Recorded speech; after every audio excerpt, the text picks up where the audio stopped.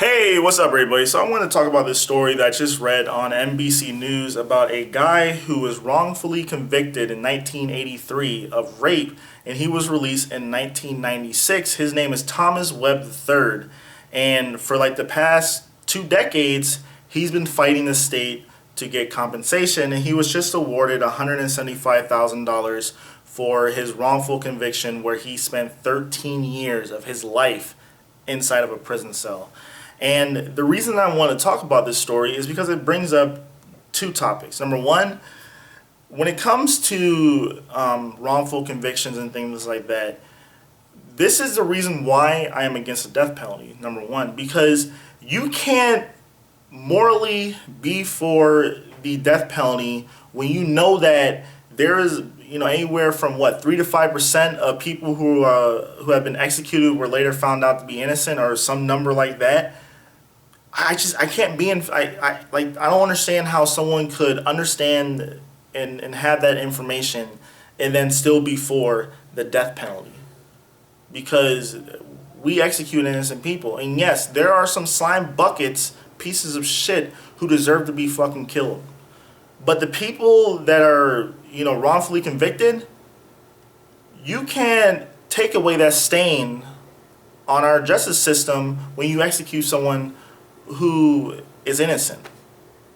And that's why I feel we should have a justice system where we don't have the death penalty anymore. Now, number two is that when it comes to cases in regards to people being released, there's a lot of contention over how they should be compensated. And from what I read on this story, in Oklahoma, the cap is like 175 grand. Now, the guy served 13 years in prison, and that basically works itself out to be around like 13.5 grand a year for every year he spent in prison.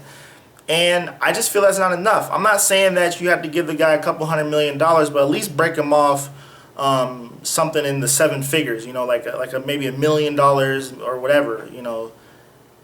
Let's say that if you're wrongfully convicted, for every year you're in prison, you get like 120 grand or something.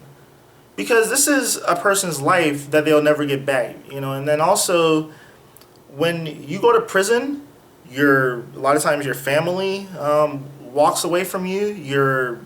Maybe if you're married, they divorce you. You lose all your, like the stuff you own, or it's repossessed or whatever, and your life is ruined. When you get out, if you are later found not guilty, then you enter into a world where if you were spending a couple of decades in prison, then you're so unfamiliar with this world, you're barely able to function. So this guy, the fact that they only gave him 13 grand a year is beyond fucking, I don't even know. It's insane.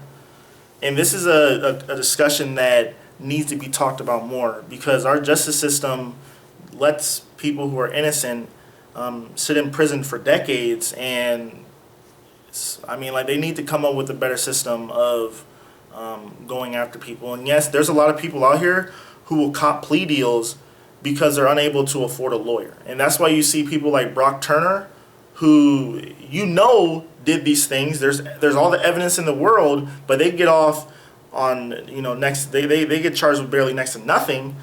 But then people who are poor, more than likely minorities, they get these lengthy prison sentences, and we find out that they didn't do it because they're unable to afford a good lawyer. There's cases where if the public attorney might have spent a couple hours looking into their case, they would say, oh, well, this discrepancy right here will make it so they are, they're innocent.